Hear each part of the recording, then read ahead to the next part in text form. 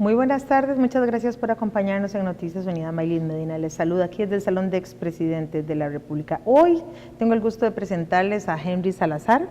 Él es el presidente de la Juventud del Partido Unidad Social Cristiana, pero además es asesor parlamentario.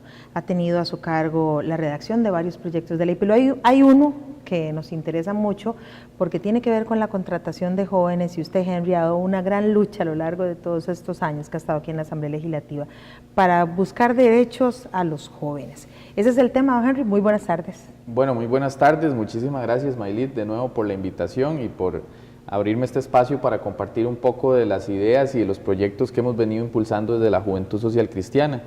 Y efectivamente, el proyecto de ley que ya tiene rato estar presentado en la corriente legislativa, pero que últimamente ha tomado mayor relevancia por el tema del desempleo, es precisamente un proyecto que es fruto de la iniciativa y del estudio y del análisis de la Juventud Social Cristiana. Desde hace más de 3 años hemos venido realizando foros a nivel cantonal, a nivel regional, donde los jóvenes del partido se han podido acercar, y una de sus principales preocupaciones es la falta de oportunidades de empleo. Y eso tiene que ver mucho con otros temas, porque el empleo se convierte en una llave hacia el desarrollo de muchísimas familias y de muchísimos jóvenes en este país. Y entonces decidimos analizar las opciones que teníamos o cómo podíamos formular un proyecto, y efectivamente lo logramos establecer en esta iniciativa que luego fue presentada a los diputados de la fracción del partido, acogida por ellos, y se presentó a la corriente legislativa. Ya el proyecto está en estudio de la Comisión de Juventud, Niñez y Adolescencia, y ahí se ha venido tramitando de una forma muy positiva, y estamos muy contentos porque creemos que próximamente, a pesar de que el proyecto no está convocado en estas sesiones extraordinarias, pero creemos que próximamente pueda ser convocado, y si no en sesiones ordinarias va a tener un avance importante para que ojalá llegue pronto al plenario legislativo y se someta a discusión. Hablemos de este proyecto que se llama Ley de Incentivos para promover el acceso y la contratación de jóvenes y discapacitados desempleados en el mercado laboral privado. Sí, efectivamente, eso es muy importante porque, vamos a ver, si bien es cierto el tema del desempleo afecta a toda la población en general, hay muchísima gente sin empleo y es una de las principales preocupaciones de los costarricenses, también es cierto que el desempleo o la tasa de desempleo es casi el doble en las personas jóvenes frente a los rangos de edad que son a partir de los 25, digamos a los 40 años. Es decir, un joven entre los 18 y los 25 años sufre todavía más obstáculos para accesar al mercado laboral que una persona mayor de 25 años. Entonces, por eso decidimos enfocarnos en ese rango de edad, entre 18 y 25 años. Las cosas interesantes que propone el proyecto, que efectivamente lo que pretende es convertirse en una herramienta más para combatir el desempleo. Tampoco creemos que con esto se le va a dar empleo a todo el mundo, pero sí se va a paliar un poco la problemática del desempleo en las personas jóvenes. En este país hay gente joven que hace el esfuerzo de estudiar, inclusive se endeuda para poder estudiar, se gradúa, sale con el título debajo del brazo y aún así no encuentra empleo. Entonces, el proyecto, por ejemplo, trata de vencer una de las primeras barreras que le ponen a los jóvenes que lograron llevar ese proceso, y es que combate el tema de la falta de experiencia. Cuando usted va a solicitar un empleo, lo primero que le dicen es, bueno, requisitos, 2 años de experiencia, 3 años de experiencia, y es una persona que se ha esforzado muchísimo durante 4 o 5 años para poder sacar su carrera y estudiar, y ¿a dónde va a sacar la experiencia? Necesita un primer empleo para poder ir acumulando esa experiencia. Entonces, pero tengo una consulta ahí, sí, don Henry. Un joven de estos que está estudiando, consiguió un trabajito en una empresa. ¿Qué garantía le va a dar esa empresa a ese estudiante de que no deje sus estudios, y además si va a recibir algún incentivo monetario? Eso es parte, digamos, de cómo funciona el proyecto. Lo que se crea es un contrato laboral de aprendizaje. Entonces, por un lado hay una serie de incentivos para los patronos, para precisamente fomentar la contratación de personas jóvenes. ¿Qué incentivos? Dentro de esos incentivos hay uno, por ejemplo, que el salario que se le pague a ese joven va a ser deducible del impuesto de la renta.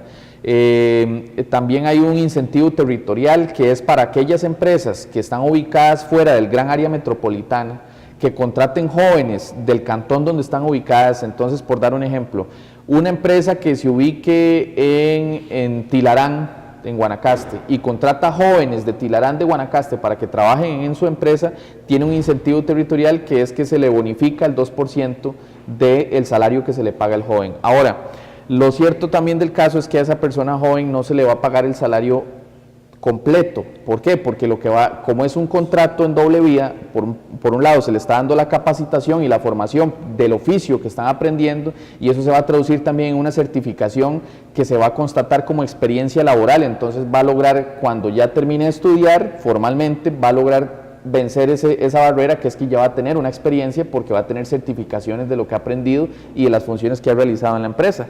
Entonces ahí logramos vencer ese primer paso. El otro es también para la otra versión, que son los jóvenes que ahorita no tienen las posibilidades de estudiar, que no tienen las posibilidades de accesar al mercado, pero que efectivamente alguna empresa, y lo hacemos desde el punto de vista también de empresa, porque es importante saber que el 80% del empleo se genera en el sector privado. Entonces, de cierta manera hay que ver de qué forma se fomentan más fuentes de empleo en esa línea. Entonces ahí el joven va a tener la posibilidad también de, mediante un programa de capacitación, aunque yo no tenga título, aunque yo no he estudiado, pero quiero aprender un oficio, yo puedo ir a un taller de mecánica automotriz, firmar un contrato laboral de aprendizaje y que bajo esa modalidad me empiecen a enseñar técnicamente qué se hace en un taller de enderezado y pintura, por dar un ejemplo, y luego ese conocimiento que yo adquirí de esa empresa se certifica y se convierte en experiencia laboral. Entonces, vencemos la experiencia laboral.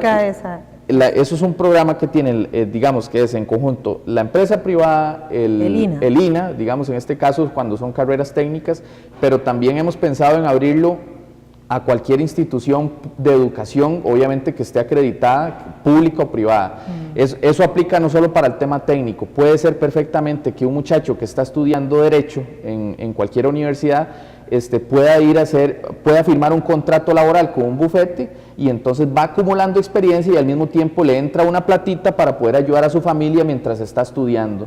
Entonces es como un poco, yo creo que hay muchísimos jóvenes en este país que han ido a las universidades y que han llegado a ese nivel o a carreras técnicas que no les ha caído muy mal, ni les caería muy mal que les paguen un poquito de platita por las horas que laboran en una empresa al mismo tiempo que se están capacitando y se están formando. Don Henry, siendo esta iniciativa presentada por el Partido de Unidad Social Cristiana, promovida por el diputado Luis Vázquez Castro y el resto de la fracción, ¿qué garantías sociales va a tener ese empleado, ese joven?